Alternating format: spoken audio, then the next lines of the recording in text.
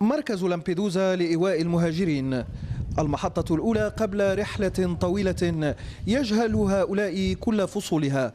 لحظات انتظار مملة يزيد من تعقيداتها الاكتظاظ وضعف إمكانات المركز الذي يؤوي الآن ما يناهز 1000 مهاجر، رقم مرشح للارتفاع حسب إدارة المعسكر التي تؤكد أنها مستعدة للتفاعل مع وصول مزيد من المهاجرين. نثق في تجربة فريق عملنا الذي يتوفر على مهنية عالية وتجربة كبيرة على الأرض.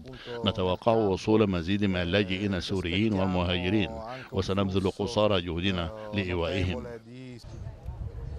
لكن هذه الثقة لها وقع مختلف في أوساط بعض سكان لامبيدوزا، فالجزيرة التي لا تتعدى مساحتها 20 كيلومترا مربعا تعيش على مداخيل قطاعي السياحة والصيد البحري، أنشطة اقتصادية يخشى أن تتأثر سلبا بتداعيات الأزمة الإنسانية الناجمة عن وصول مئات المهاجرين إلى لامبيدوزا.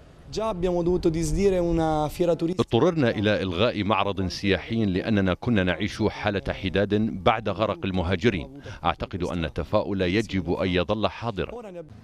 في أوساط الصيادين لا تبدو الآراء مختلفة، لكن المشهد الذي ترتسم معالمه أمامهم يبدو أكثر تعقيدا، فإلى جانب الخشية من تراجع مداخلهم ترعب هؤلاء احتمالات الالتقاء من جديد مع جثث الغرقى في عرض البحر، فرضية يقولون إن حلها لا يرتهن فقط إلى سكان لامبيدوزا.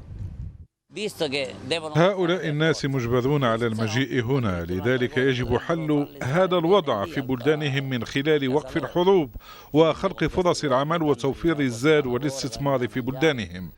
بعد سنوات من الطفرة الاقتصادية تحوم الشكوك من جديد حول مستقبل هذه الجزيرة التي رغم العزلة وقلة ذات اليد ترفض تحويل المهاجرين إلى شماعة تعلق عليها إحباطات سكانها. أيمن الزبير، الجزيرة، لامبيدوزا.